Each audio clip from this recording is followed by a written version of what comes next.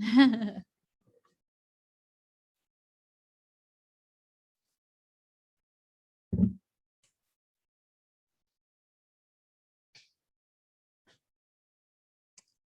right.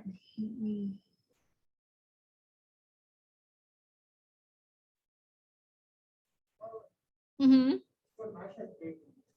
What, who gave you? Oh, he gave you that? To have or to borrow? Wow. That's very impressive. Hi.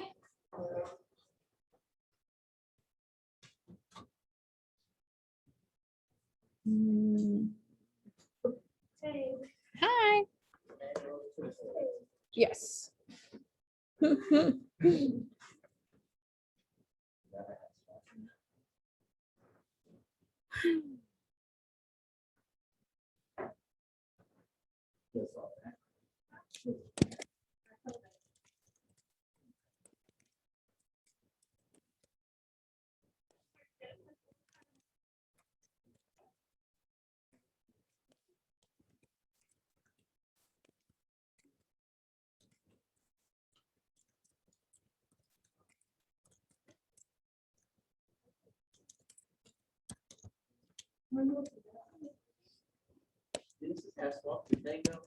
Hmm?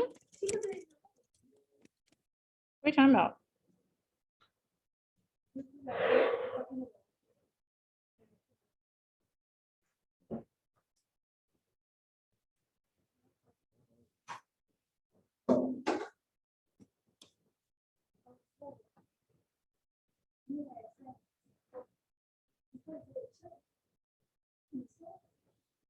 Mm.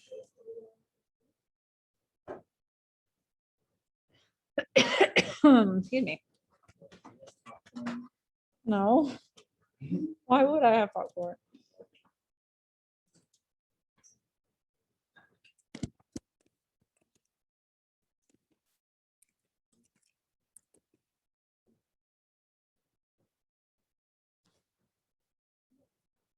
That's what friends are for.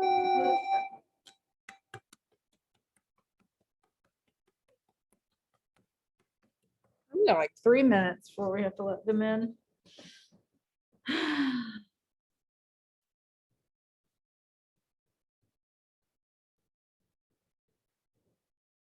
Tired. Hi.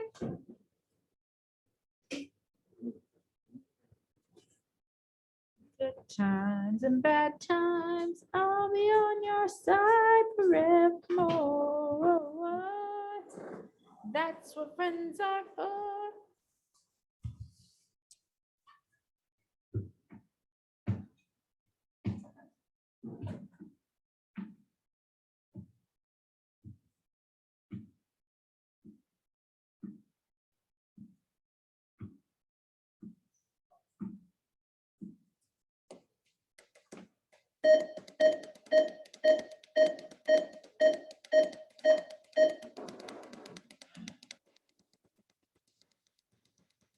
Did y'all already get progress reports? No, I don't know what day they're supposed to come out, but. Oh, okay. Oh, okay. That's Monday. Which is an e-learning day.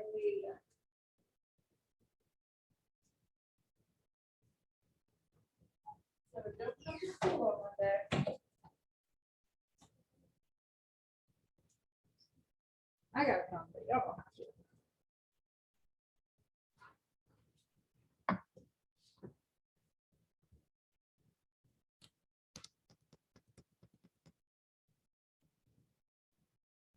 That's what friends are for.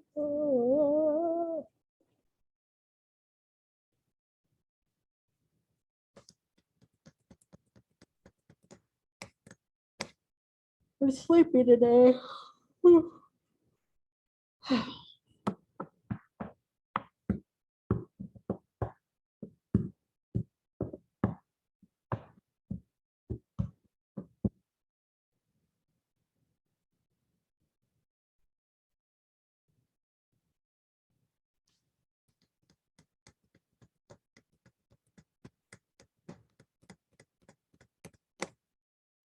All right, I'll let these guys in.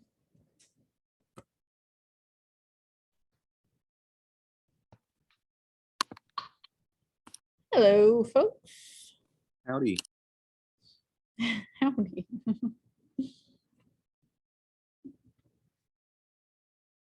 We do not yet have Alyssa or Cade. I'll give them a minute, but I want to start moving pretty fast because we I actually want have. to get a job as a bartender. You want to what? Get a job as a bartender. Well, Brother, that's a good They profession. changed the age in South Carolina to 18. Oh, really? So I can sell alcohol now. Interesting. Yeah. But I'm already working a job at Chick-fil-A. I love Chick-fil-A, by the way. Which one do you work at? Johnny Dodds. Mount Okay. Pleasant. Cool. Mount That's Pleasant a people are good job something to else. have. I've heard that Chick-fil-A is a really good place to work. It is. Mount Pleasant. Mount Plastic. People that live in Mount Plastic is something else, though.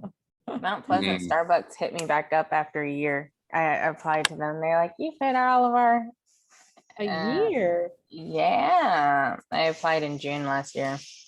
That's crazy that it took so long. Yeah, I also applied at Chick-fil-A as well on Rivers Avenue, and I did not get hired. But that is okay because now I work at the Pokey Cafe after I worked at Publix. You're And working where? At Publix, and then I'm working at a Pokey Cafe. But all is well there too. Okay.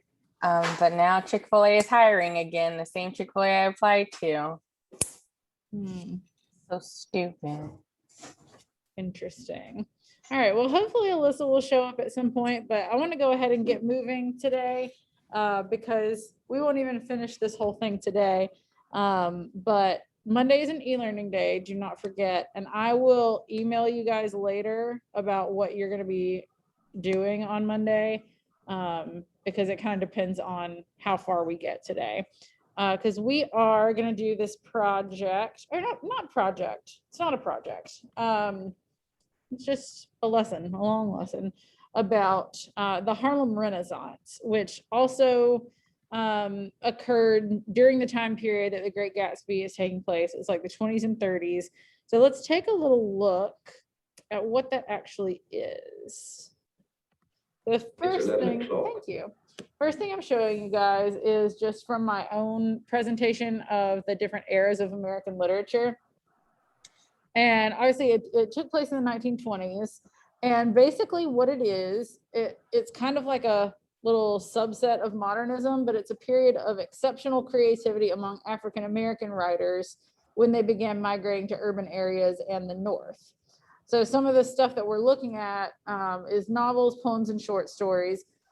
Some of the characteristics will often see allusions to Negro spirituals like slave songs or just other spirituals, often contain a structure of blues in poetry, and we're actually going to look at some of that. It shows how stereotyped Black characters are actually a lot more complex than just a stereotype. It explored Black life and culture, exhibiting a new confidence and cultural and racial pride. So some notable authors, I'm actually gonna stand up because I'm getting tired of craning my neck here. Some notable authors are Langston Hughes. He's a very famous poet from the Harlem Renaissance. Zora Neale Hurston, who wrote Their Eyes Were Watching God. That's a very good book. Paul Laurence Dunbar and Richard Wright. So the first thing that we're gonna look at, Excuse me, Ms. McClellan. yes, sir.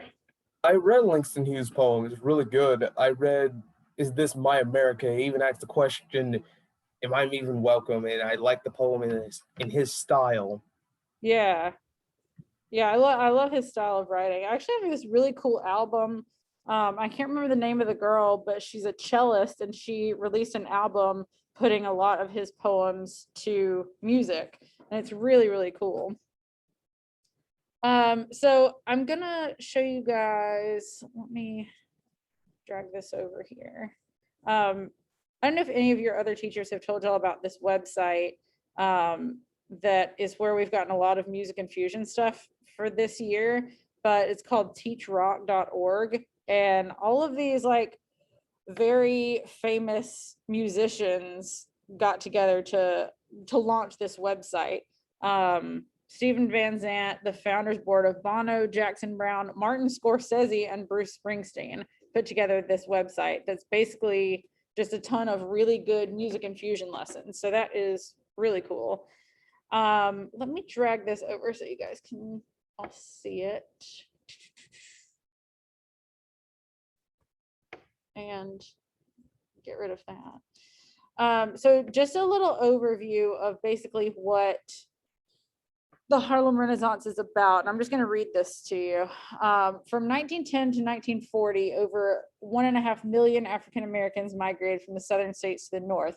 Fleeing the terror of racism between 1880 and 1950, an African American was lynched more than once a week. And drawn to the employment opportunities offered in the industrialized North, African Americans arrived in thousands to cities like New York, Chicago, Detroit, and Philadelphia. This great migration, as it's been termed by historians, reshaped the cultural landscape of northern cities. For with Black laborers, soon came Black musicians, performers, and artists, including writers, seeking new patrons and audiences for their creative work. The flourishing of Black culture during this time is no more famously exemplified than in Harlem, which is in New York. Until the early 1900s, this area in Manhattan consisted mostly of farmland, far north from the bustling New York City downtown. It's like hard to imagine now if you've ever been to Harlem. It's kind of crazy to think of it as being farmland. But in 1904, the Lenox Avenue subway was completed, allowing easy access to the area. Expecting that the train line would bring more to the area, developers built hundreds of tenement houses, but they overspeculated and many houses remained empty. Seeing an opportunity, real estate entrepreneur Philip A. Payton Jr. suggested that landlords open the buildings to African American tenants and offered his services in bringing the Black community into the area. Let me let Alyssa in. Hi, Alyssa. Hi. We are learning about the Harlem Renaissance. And so I've just been reading this little overview of what it is. Payton's plan worked, and by the 1920s, Harlem became known as the Black Mecca. Black culture and artistic accomplishments flourished, and the Harlem Renaissance was born. What fueled the Harlem Renaissance in many ways is the idea of the new Negro, a term created by Black philosopher Alan Locke. As Locke wrote, this figure refuses to accept the notion historically propagated in the US that African Americans are an inferior race, which is obviously something that Tom Buchanan might agree with, but he is a jerk and an idiot. Rather, the new Negro demands that Black cultural achievements, past and present, be considered equal to white cultural achievements. So even though this, what we're looking at happened, 40 years before like civil rights era, we really are making a lot of progress with getting Black artists recognized for their contributions and like really showing that they can be equal to the things that white people accomplish. Perhaps no figure better exemplified the ethos of the new Negro than poet Langston Hughes. Born in 1902 in Joplin, Missouri, Hughes moved to New York City after high school to study at Columbia University and soon became a principal figure of the Harlem Renaissance. True to Locke's concept of the new Negro, Hughes was a tireless champion of Black arts and culture, not only the works of his colleagues, but also the vernacular and popular traditions of the African American community in general. Hughes had a fondness for Black popular music especially, regularly composing his own blues verses and replicating the rhythms of jazz in his poetry, which is stuff we're going to look at over the next couple of days. With an inarguable mastery of language, he nonetheless wrote his poems for the everyday people whose music and art always inspired him. As critic Donald B. Gibson wrote, Hughes addressed his poetry to the people, specifically to Black people. During the 20s, when most American poets were turning inward, which we know because they're like, there's a time of being really reflective and really like trying to assess what the purpose of life is and where your place in the world is. Writing obscure and esoteric poetry to an ever decreasing audience of readers, Hughes was turning outward, using language and themes, attitudes, and ideas familiar to anyone who had the ability simply to read. So we're going to be looking at, in the next couple of days at how the ideals of the Harlem Renaissance was exemplified by the poetry of Langston Hughes.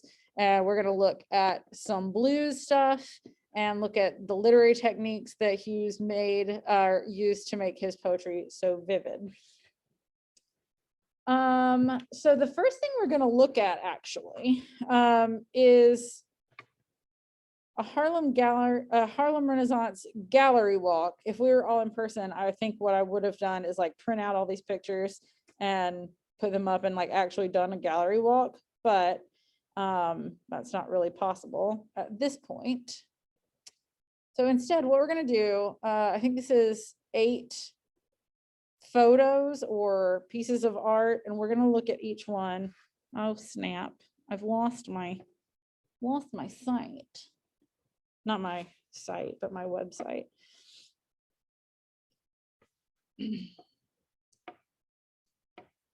So we're going to look at each of these, and what I want y'all to tell me is basically what you think's going on in the picture.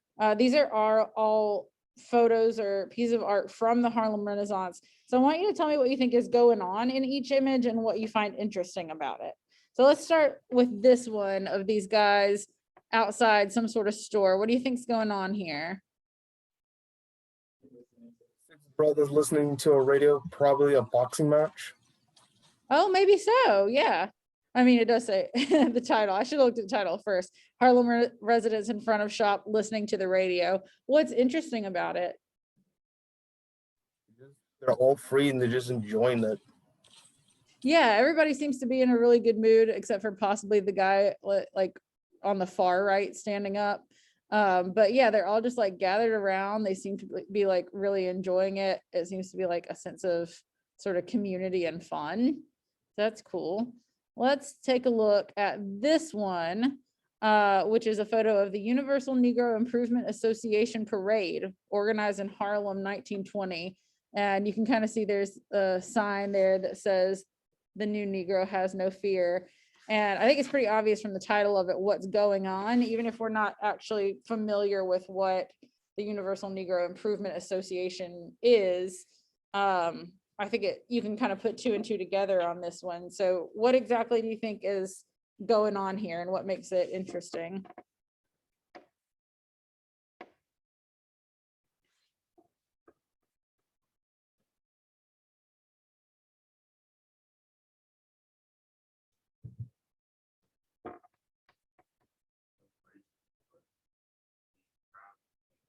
Yeah, a celebration of being proud to be Black. And I think that this sign says a lot, that they have no fear. And, you know, having moved to the North from the South and kind of creating new lives there, they're dealing with less racism and feeling like they have more freedom to express themselves and be proud of being Black, which is not something that they really felt in the South. All right, here we have, and I'll make this a little bit smaller so we can see the whole thing. But it doesn't really tell us anything. The title doesn't really tell us anything about what's going on, but it's called Harlem Community Art Center 2, 290 Lenox Avenue, Manhattan, 1939. Let me see if I can show you this whole picture at once. What do you think's going on here?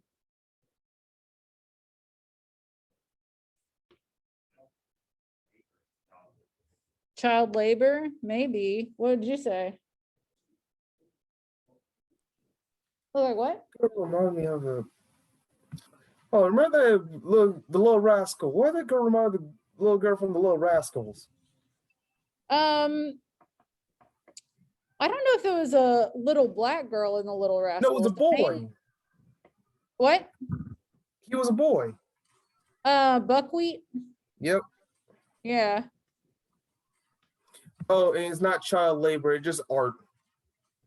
That's kind of what I think too, LeBron. You've got like the adult standing next to the kid, and it sort of just seems like they're making art together.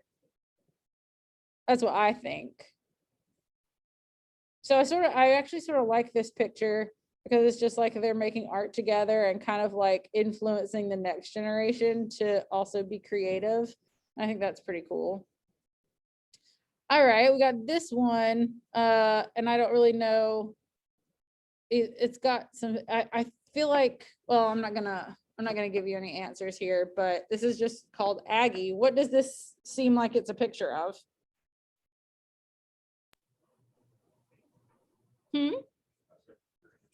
Pure entertainment. Yeah, it looks like it's a play.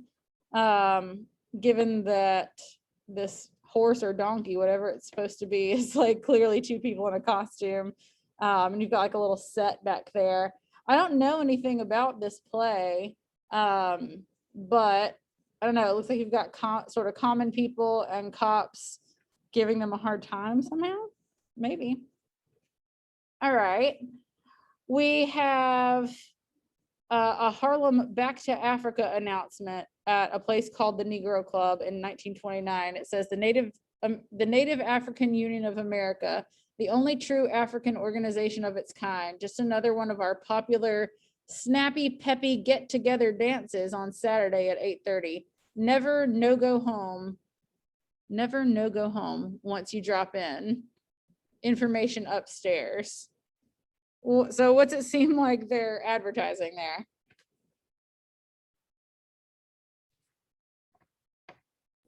I feel like it's a restaurant. Maybe so. They're not really advertising for a restaurant though. Like what's it actually advertising? What's it talking about?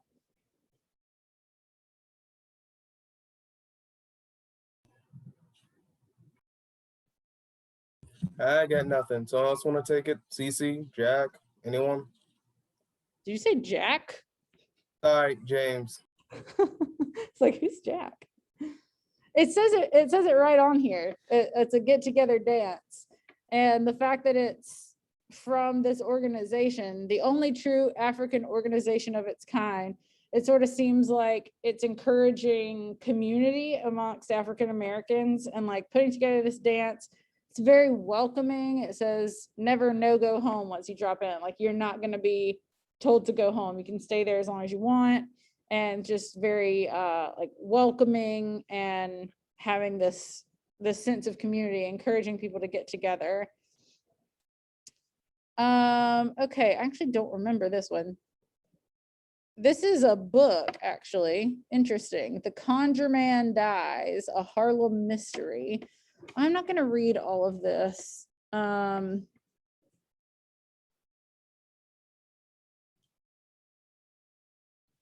The adventures of Bubber Brown and Jinx Jenkins in clearing themselves of suspicion of murder and helping to solve a baffling crime provide genuine humor, a series of shudders, a tricky and surprising plot, and a fascinating background. Okay, so the plot here, it says Nagana Frimbo, the African conjure man with a Harvard education, is the corpse in question, and Perry Dart, Negro police detective, and Dr. John Archer, his unofficial aide, are led over a fantastic trail through a little-known side of Harlem life before the astounding conclusion of the mystery of the returning corpse is reached. This is actually pretty cool, and I would totally read that book. It's by a Black man, and the characters are all Black men. Both the detective and the murdered person are Black men. And it seems like, you know, up until this point, we haven't really had like main characters in anything who are Black. And this is really the first time that we're seeing that, which is very cool. Let's see here, got two left. This is party invitation cards. Ooh. Don't move to the outskirts of town. Drop around and meet a new Brown at a social party given by Gus and Jenkins, whoever they are. Snappy music. We have plenty of girls, tall and slim, and they can do the rumba till it's too bad, Jim, at a social whist party, which whist is like a game. I feel like it's an old-fashioned game. We don't really play that anymore. Refreshments, not too slow and not too fast, but a real good time while it lasts at a party given by Ada and Rachel. So again, kind of like the one that was written on the sandwich board outside. It's like advertising these parties, and they're specifically encouraging people to come and meet other Black people and like come together and really like form a community. And then, oh boy, there's our last one. And I don't remember this one either, but this is a ballroom floor plan. But I'm trying to see what the point of it is. And I gotta admit, I don't know. So we're gonna kind of just skate over that one. Okay, so based on the photographs that we looked at, how might you describe Harlem in the 1930s as far as, did it seem more urban or rural? What are some of the activities people were getting into? Did it seem like they had a lot of opportunities to pursue different types of activities? What do you guys think life in Harlem looked like in this time period? It was a lot hopeful. A lot hopeful. I agree. Jenny, what'd you say? What were the kids actually doing? Just in general? Oh, you're talking about the one where they were, yeah, this one. I think she's making art. I think that like the adult is making art and kind of like letting her help.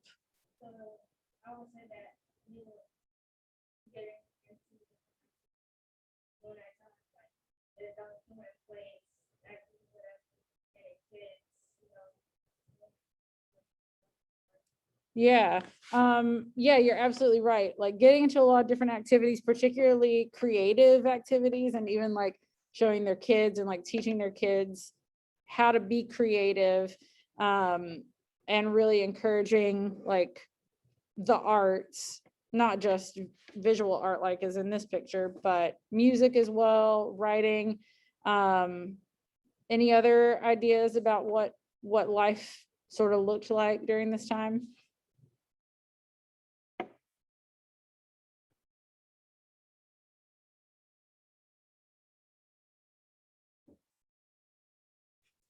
One thing that I noticed was that a lot of what we looked at was encouraging community and like a sense of togetherness, whether it's through, I mean, pictures like this, teaching your kids how to create art and be more involved, or advertising parties where the intent was for the African American community to meet other people like them and kind of come together and, like Zane said, feel proud of being Black. I mean, I think that's so important. And this is really the first time that we're seeing that. So it's cool that Harlem was just kind of like a hub for that. And a lot of art, whether visual, musical, or whatever, came out of Harlem during this time period. Specifically, like people moved to Harlem specifically to have these kinds of opportunities. And because there was so much creativity going on, people who were creative kind of flocked to it so that they would have the chance and like be able to meet other people who are like-minded and just kind of be a part of this really creative time. The word Renaissance, I don't know like literally what it means, but it's like a new start, or like a new where like new things are coming out. And so like when we think of like the Renaissance era, I mean, like you have plays being written for like really the first time, and like new musical instruments. And so the Harlem Renaissance is sort of like this time, like that kind of time, but specifically for the Black community, which is very cool. All right, so first thing, okay. On Canvas, I have posted, and this is going to be important for the next couple of days probably. Hang on, I'm gonna switch which screen y'all are looking at.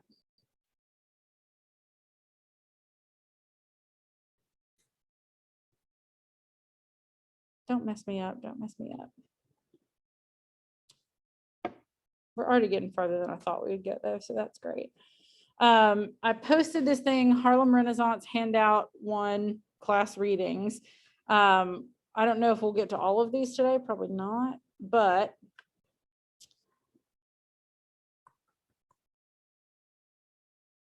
this has got several different things on it that we're going to look at. And in just a minute, I'm going to switch the screen again because I'm trying to like look at two things at once. So this was in the first little overview that we talked about, or that I read through. This was what they were talking about. This Black philosopher. I guess it's pronounced Alan, maybe Elaine, but I think of Elaine as being a woman's name, so I don't know. But he wrote this piece called "Enter the New Negro," which was, kind of, well, let's read it. Anybody else want to read it? It's just these 3 paragraphs. Okay.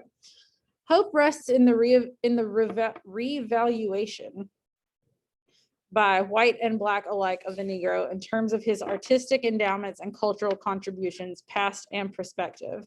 It must be increasingly recognized that the Negro has already made very substantial contributions, not only in his folk art, music especially, which has always found appreciation, but in larger, though humbler and less acknowledged ways.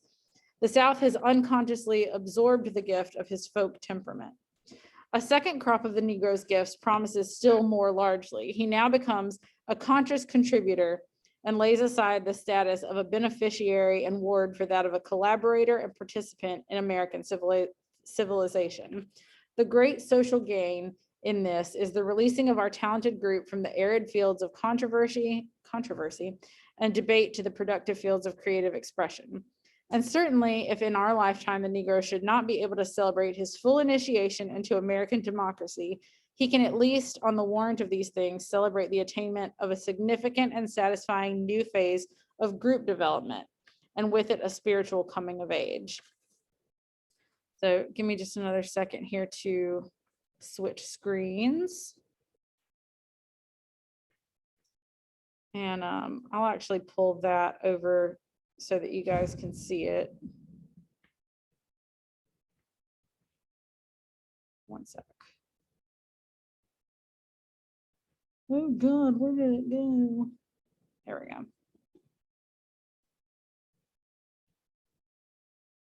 I'm just gonna leave that there. Okay, so taking this into consideration, what does it seem like in this first paragraph? What is he advocating for, or what is he asking for? What does he want to see happen?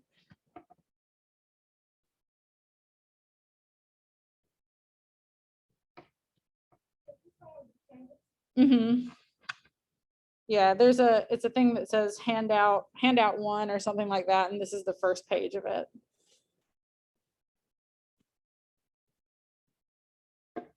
So just in this first paragraph, what does it seem like he is asking for, or what is he hoping for? What does he want to see happen?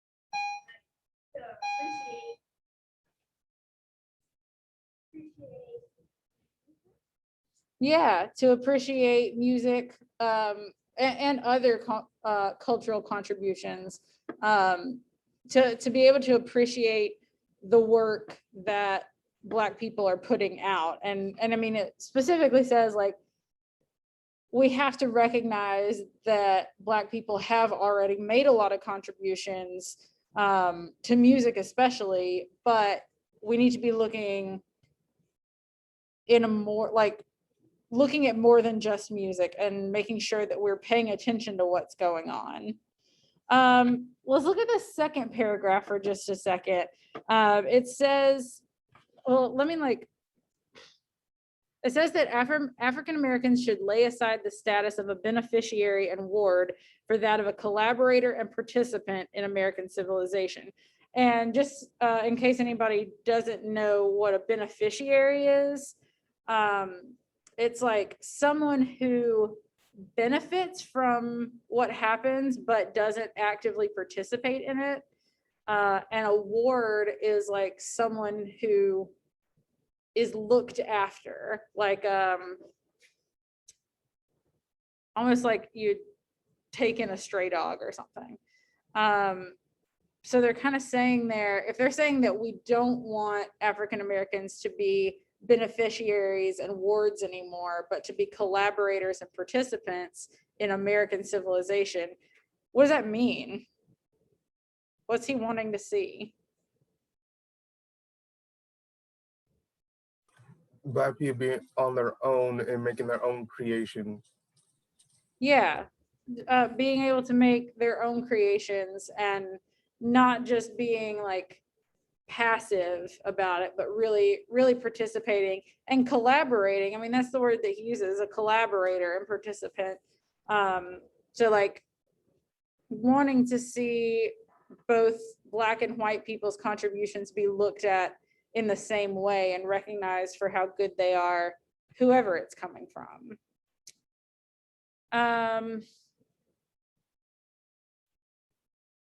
So when he says, where is this? In this last sentence in the second paragraph, the great social gain is this, is the releasing of our talented group from the arid fields of controversy and debate to the productive fields of creative expression. What kind of endeavors do you think he has in mind when he says productive fields of creative expression? What's he hoping that African Americans will produce?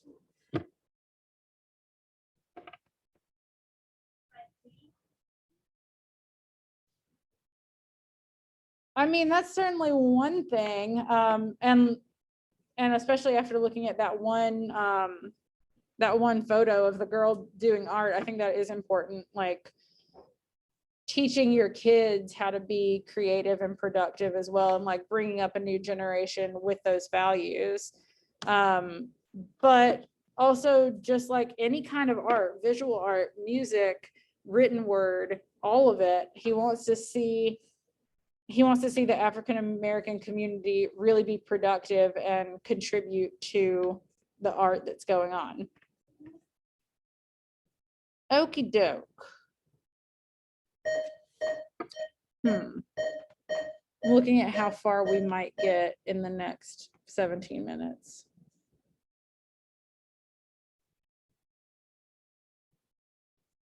Give me just a sec here. We might be able to get through this. Maybe. Okay. We're going to look at some individual Langston Hughes poems. The first one we're going to look at is called The South. And while we're reading it, I want you to think about how he personifies the South, what he likes and doesn't like about the South, what imagery he uses. And I'm going to ask you all these questions individually after we get finished with it, but just to kind of get you prepared and, you know, what you need to be thinking of. Any references to history or anything else that it might use, keep those things in mind. Anybody want to read this one?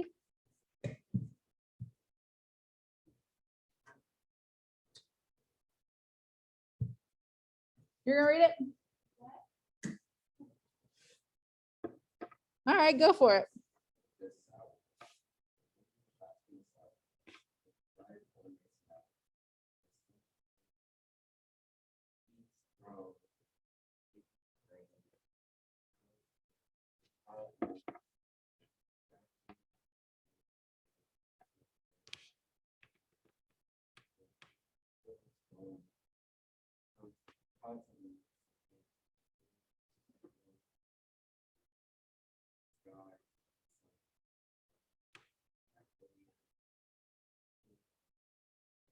Scented. Scented.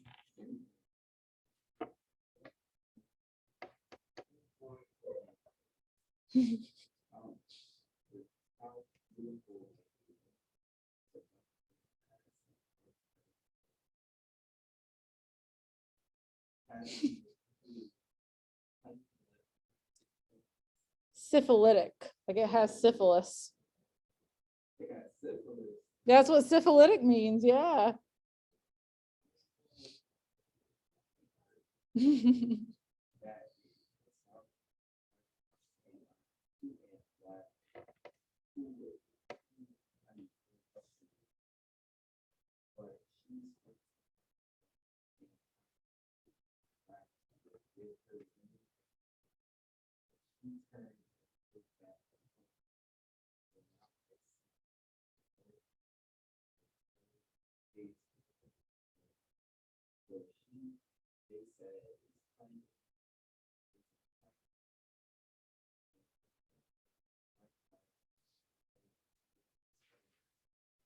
Lovely, lovely.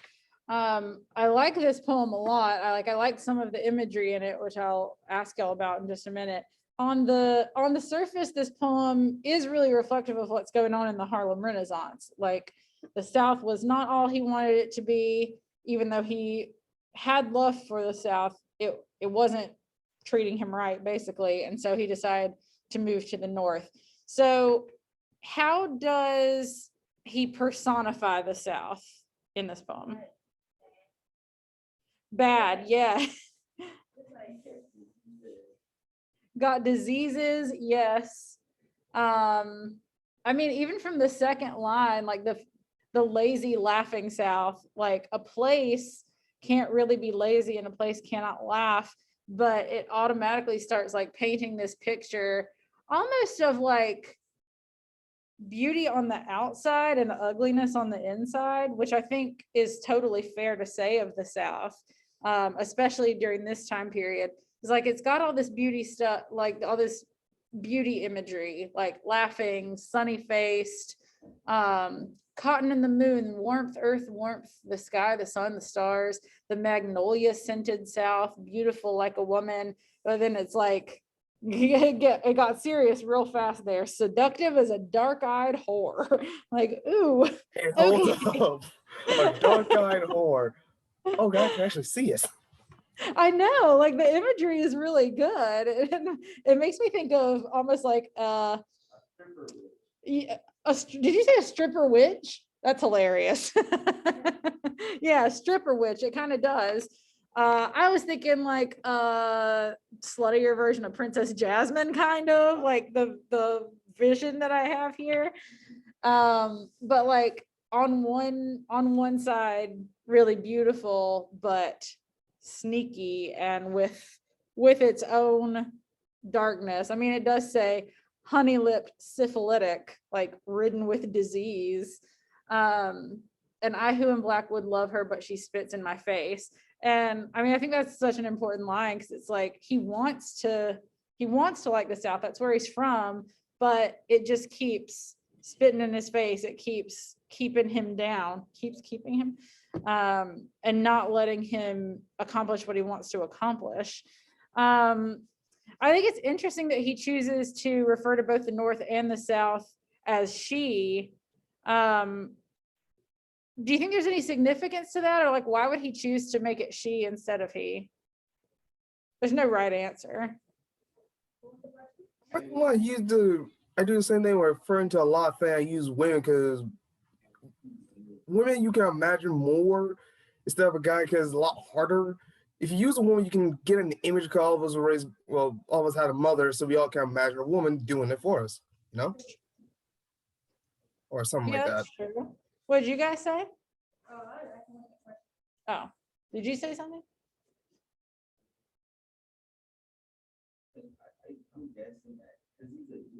Mm-hmm.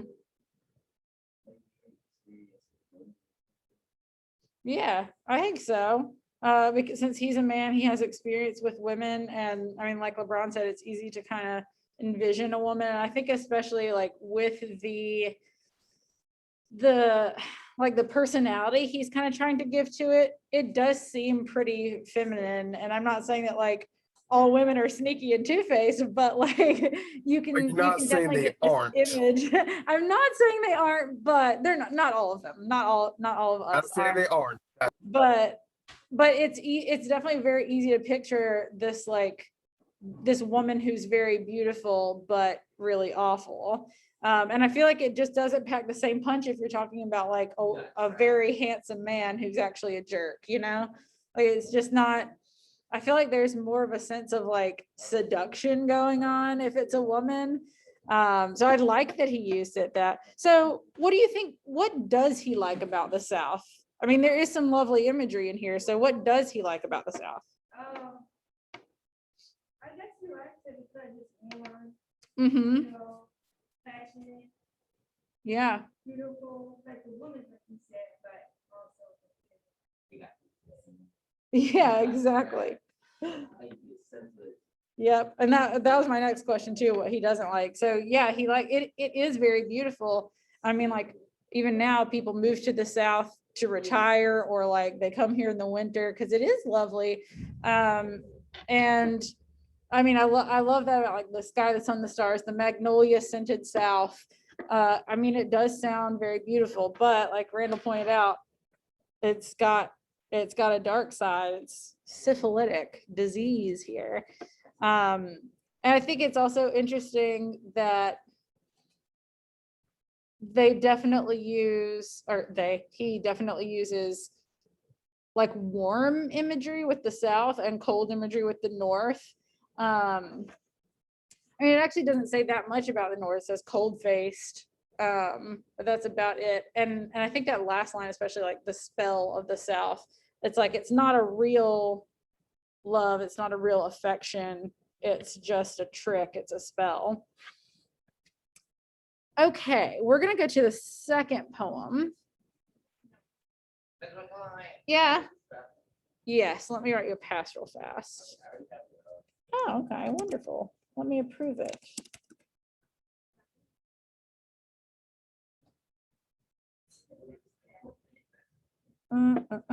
Approve.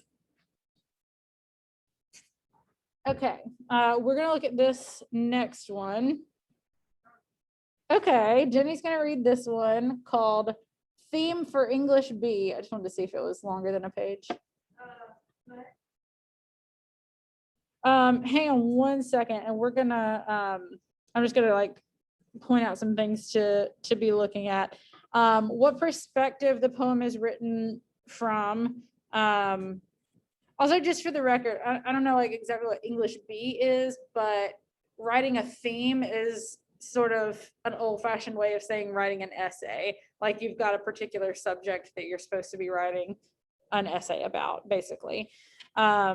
So think about like how the character in this poem responds to the assignment. Like, are they excited about it, confused, want to do it, don't want to do it?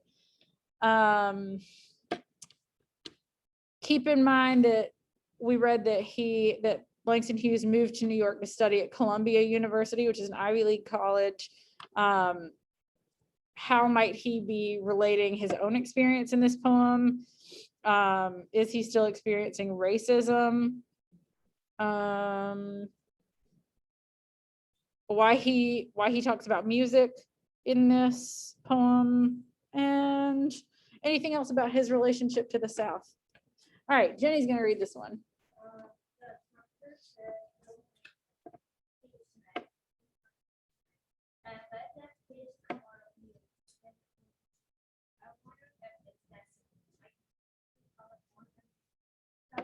Winston-Salem. I went to school there and Durham, North Carolina. to this college on the I am the only person in my class. The steps on the park are constant and I come to the Y. The Harlem Y. I take the elevator up to my room, sit down and write. It's not easy to know what is true or incorrect. I guess what I feel here. I hear you. I hear you.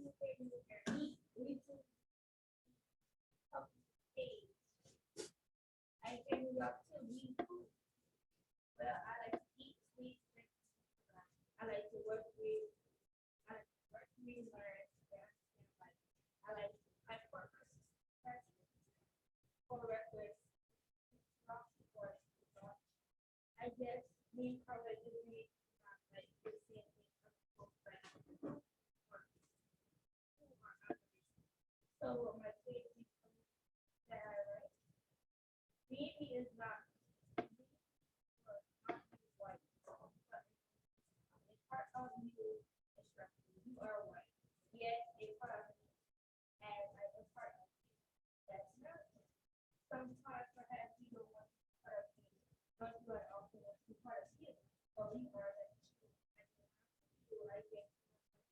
I will worn out by it and someone will say this is my page, but I like the format of this poem, how it's like, here's the assignment at the top, and then in here he's like thinking about the assignment and like debating what he can even write about, and then he starts thinking like, this is what it's going to have to be, and kind of like connecting it to the instructor. Like it starts with the instructor and then it also kind of ends with the instructor.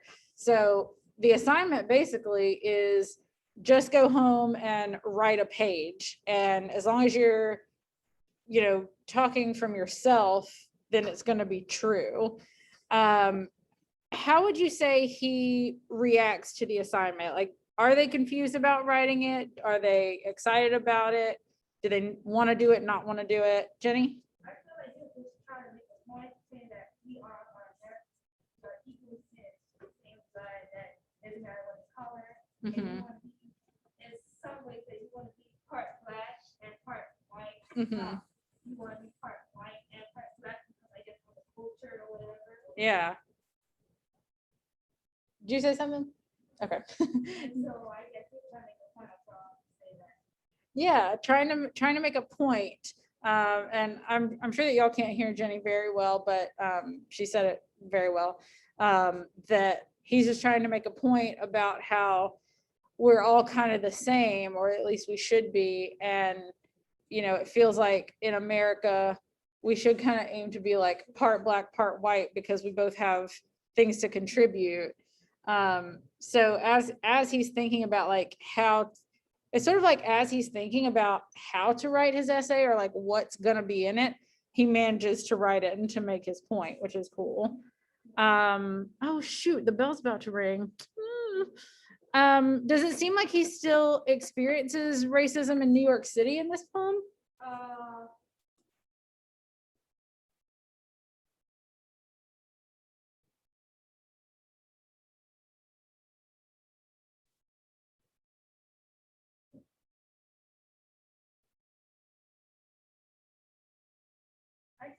I think yes and no. I think yes because I guess white people don't like the things that he likes. He's the only college student, and I guess that he don't like the things that they like.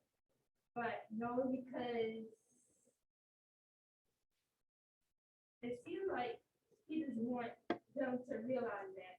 Yeah, to realize that they're the same. I mean, I actually really like this line. I guess being colored doesn't make me not like the same things other folks like who are other races. All right, I'm gonna email you guys later about what you're gonna be doing and like finishing up for this on Monday, which is an e-learning day. We won't meet on Zoom, but I will email you later and see you on Tuesday. Have a good weekend. That? Oh no, I'm not gonna make you write a poem.